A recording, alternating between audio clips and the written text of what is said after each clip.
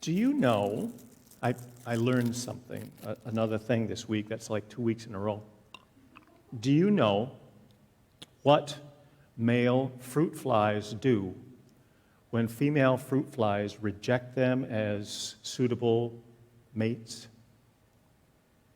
They turn to alcohol sometimes. Literally, they go and they find fermented fruit, or they go and find your untended glass of wine or beer or whatever, and they take in alcohol, presumably to ease their fruit fly pain of rejection. They also seek out alcohol when they have been stung by parasitic wasps, because the alcohol is toxic to the larvae of those wasps that would feed on them. So these are two cases of natural self-medication from the world of nature. How about that? Now, I learned these things from Jonathan Balcom, who has written a book called Superfly, The Surprising Lives of Flies. I think that last part I'm not sure about. I just like that. Superfly, though, is the name of the book. And listening to him and just his total engagement with the subject, fruit flies and other kinds of flies and insects and all kinds of creatures, it was just fascinating. And he gave me a whole new, I don't know if it's an appreciation for, but respect for flies and their place and what they do. And it's new facts, new information. It's truth that I didn't have before, that now I have, that, well, the truth shall set you free, right? That's what it says. Now, truth is in the text today, though I think it's probably a different kind of truth than about fruit flies. Jesus has something else on his mind, or John has something else on his mind, though it's all truth, right? It's all truth. We're still in the upper room. We're still at the Last Supper table. I don't know if this is week 4 or 5, whatever, that we've been in that setting. It goes on for a long time in John's Gospel. And Jesus is giving the final sort of instructions and admonitions and encouragement to his followers before he departs. And there's tension sort of building in the story as it dawns on the disciples what Jesus is telling them, that he is going to die and that he will not be around anymore. And so they feel all the feelings that come with that realization. There's a sort of a second layer of tension in the story for John's community, the people that he's writing to some 60 or 65 years later, as the rift in the Jewish family between the Jesus Jews and the regular Jews, or those who don't accept Jesus as Messiah, much less as God, as that rift opens up and the split occurs. And you get a feel for that in the text today. I read you a section that's actually not in the lectionary. I'm not supposed to read that first part of chapter 16, where it says, and they'll boot you out of the synagogues, and some of you may get killed, and the people who do the killing will think they're doing the work of God. It's because they don't know God, really. This is not meant to fuel any sort of anti-Semitism or animosity towards our Jewish siblings. What John is describing here is an inside the Jewish family argument, a disagreement that eventually splits the family, and that happens then and now. And we know that, and it's out of that split that the Christian church is born. So, when that happens, when that rift opens up and Jesus is no longer around, then the Spirit of truth will come, the comforter, the helper, the advocate, the counselor, the friend. This Spirit of God, this Spirit of truth will come. Now, in John's Christology that has developed over these decades since Jesus' life, and John's is very different from Matthew, Mark, and Luke. For John, Jesus is not simply a human Messiah or a prophetic figure, but he is the creative Word of God that is spoken into flesh and blood. So in the creation story, God is the one who can say, let there be light, and there's light. God speaks things and they happen. In John's Christology, Jesus is God's speech in the body, in the world, alive and with these people. He is the truth of God come alive in their realm. And you might remember one of the I am sayings in John's Gospel, and he has 7 of them. 7 is a complete number. One of the I am sayings is Jesus' response to Nicodemus, way back in chapter 3. He says, I am the way and the truth and the life, and no one comes to the Father but by me. Well, I am is the name of God. So what's he saying? He's saying God is the way to God. God is the truth of God. God is the life of God, and God is all there is. So in a sense, there's no way out if you believe that. And what he's describing here is this fluid, ever-flowing, circulating energy that God's life poured into Jesus, Jesus coming into the world and offering what he can, pouring out his life, giving up his life in this world. So then the Spirit of God, the Spirit of Jesus, the Spirit of truth comes to fill the followers of Jesus, who are then sent into the world to share that Spirit, to live it, that energy, with any and all. It is this fluid flow of energy that is always going on, not just at Pentecost, but all the time. It is the energizing life of the universe, if you will, of all creation, of the cosmos. And it's always seeking places, lives, people, events, moments to be localized, to be realized, to be particularized. In Acts, the reading that Melissa and Tom read earlier, we have another version of the story that Luke writes of the coming of the Spirit. And it's a Jewish holiday, and everybody's together to celebrate the holiday. And then we have this dramatic event that's described with wind, or the noise of wind, and dancing flames, and this cross-cultural communication so that everybody there will get it, that this isn't just a party, and it's not just a traditional celebration. This is an event that God is involved in. God is here in the midst of this. God is alive and active. And Peter then, the one who denied Jesus, who was hiding out, who didn't want to have anything to do with Jesus when Jesus was dying and didn't know what to do, what to make of his rising, Peter steps up and says, this is, in a sense, the moment we've all been waiting for. The prophet Joel talked about this. When the end comes and the new is about to begin, then God will pour out God's Spirit on all flesh. And there'll be dreams and visions and languages spoken, and it all opens up, and God is present in and for everyone. And that Spirit then comes to lead God's people into all the truth, or the whole truth, if you will. So what is that?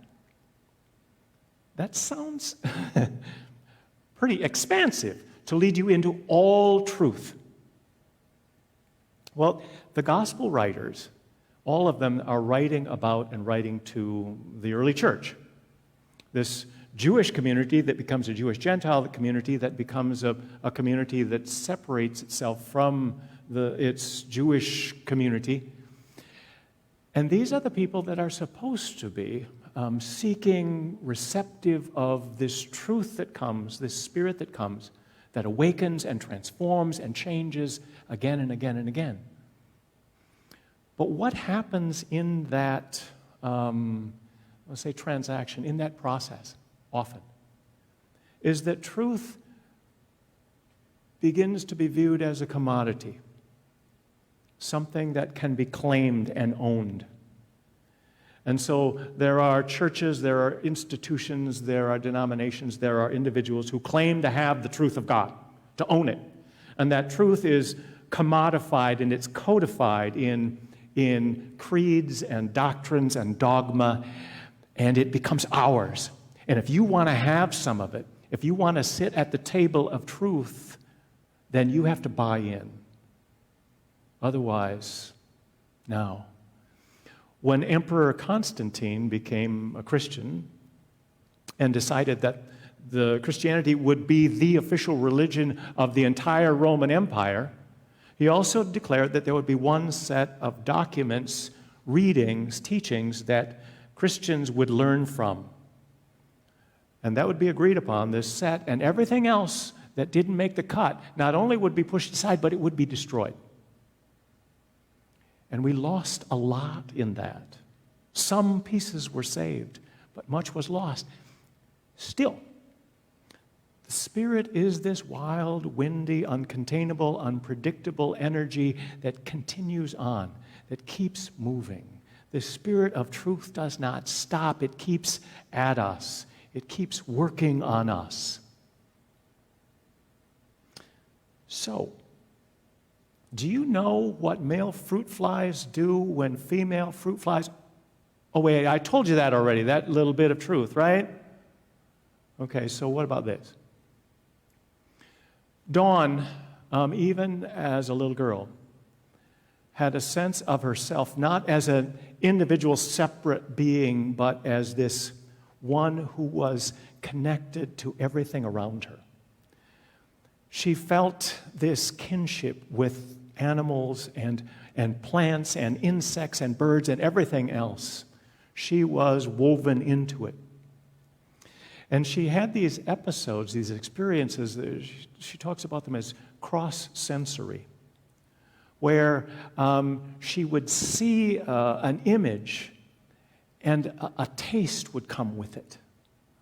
Or she would hear a sound and it would have color woven into it.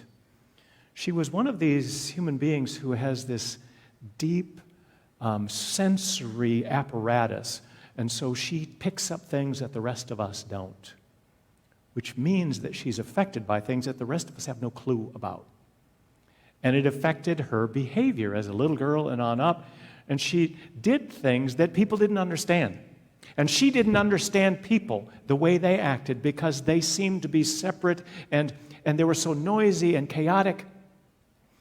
School was a horror story for her, as you can imagine, because there's the clanging and the banging and the slamming of desks, and every surface is hard and it's loud, and there's scratching on the chalkboard, and then there's the smell of lunch cooking that comes down the hall, and it doesn't smell very good. It overwhelmed her. The other kids didn't understand her. Teachers didn't understand her. Her family didn't understand her. And she tells of one night going outside just to dial down the sensory overload she's experiencing in her house with her family. And she's out in the dark and she's looking in through the window at her family interacting. And she feels like she can relate to them and understand them more with this barrier of glass between them than she can when she's right in the midst of them, which becomes then a repeating pattern in her life. At 15 years of age, life is just hell for her. School is a train wreck. So she simply one day walks out of the house, down the road, puts her thumb out, catches a ride, and leaves. Doesn't tell anybody anything, where she's going, anything. She's just gone. And she travels all over this country that way. She said, I can barely believe I'm still alive after all of that. She lands in Seattle. Now, she was born in Carbondale, Illinois. She lands in Seattle. And for 5 years, most of 5 years, she's homeless. And she describes one of her winters living on a piece of cardboard in the stairwell of a church in the Capitol Hill area of Seattle. And how hard it is to be on the street, because everything is hard and everything is noisy and it's hot and it's cold and it's chaotic and it's painful. But she would, while in Seattle at night, she would find these clubs, nightclubs with music playing that she could hear from outside, and she would talk her way in, or she would sneak in, because this music sort of drew her. And she would go inside and she would just move with the music. She would just dance for hours. And it was the beat of the music, she said, was soothing to her. It was like a heartbeat. And she could feel at one with the music and with everybody else in the place. And it was just one mass moving to this beat. And it was soothing, peaceful, calming for her. Well, people observed her, and somebody said, you could make money moving like that. You could dance for a living. And she knew what they were talking about, and she didn't really want to do that. And they said, but, you're living on the street. You got nothing. This would provide you something you can do. So she does. She becomes an erotic dancer for a time, dancing in a club inside a glass enclosure. And people pay money to watch her, and when it's their turn, the curtain comes up or the blinds open, and they watch her for a while until their time is up, and then the curtain comes down, and she's protected from them, and that's how she makes a living for a while. And with one of her first paychecks, with this longing to be connected to nature again, she goes to the zoo. She takes the bus to the zoo, which is another horror story for her because, again, of the sensory overload that she experiences. And she describes how when she's overloaded, her senses, one by one, begin to shut down. It is a terrible experience, just as she describes it. But she gets to the zoo, and she makes her way to the gorilla enclosure. And when she gets there, she just sits down on the concrete by the glass and watches.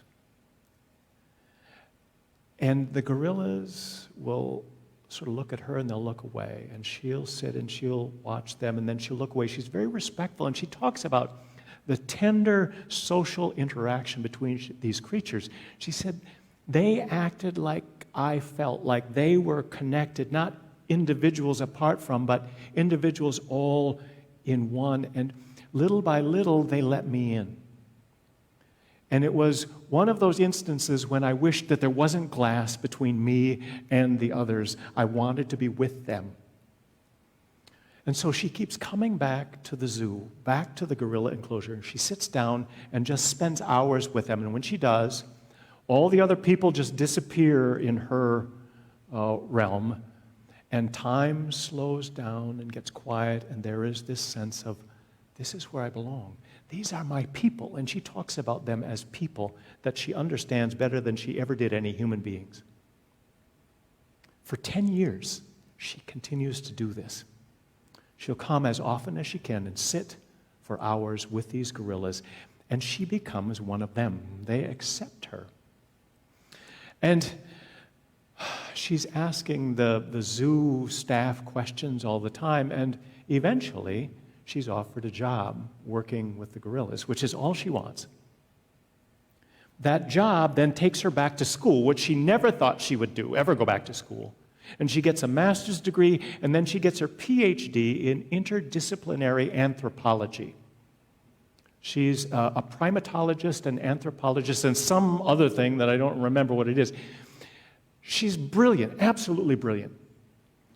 She has authored books. One of them is Gorilla Nation, something like that. She speaks, she tells stories, and at age 38, she was diagnosed with Asperger's syndrome. She's autistic. And that's how she connects with and the way that she does. Well, all of that, Dawn Prince Hughes is her name, and you can Google her, and fascinating. She's a professor now, actually. But she tells of this one day. She'd had a terrible week, just an awful week. And so she comes to the zoo for refuge. And she gets to the gorilla enclosure, and she just sort of collapses and sits there. And one of the gorillas, Congo is his name, and she said he has had a terrible life before coming to this zoo. And he sees her right away and sees that something is wrong. She said he rushes over to the glass, and he looks at her, and he furrows his brow. And then he sits down and leans his shoulder into the glass. And then with his hand, he motions for her to lean in as if, put your head on my shoulder. And so she does. And they sit like that for a half an hour, and she just weeps because she's so broken. And he just sits there and makes these gorilla sort of noises, these reassuring noises that it's okay, that you're okay, that I'm here. Because of her disorder, she is able to understand those creatures and translate them, their experience, for human beings. Talk about speaking in tongues, speaking in other languages, things that you wouldn't know, that you can't learn, that I find it just incredible. And it's her deep connection that allows her to do that. When the Spirit of truth comes, when the Spirit of God is poured out on all flesh, it will lead you into all truth, the whole truth about fruit flies and gorillas and people who are so weird you can't even figure them out or communicate with them. And it will help you find your place and their place in this holy endeavor of God. And that truth, when it comes, will set you free, enable you to see and hear and know and become more and more your true self. Come, Holy Spirit, come. Amen.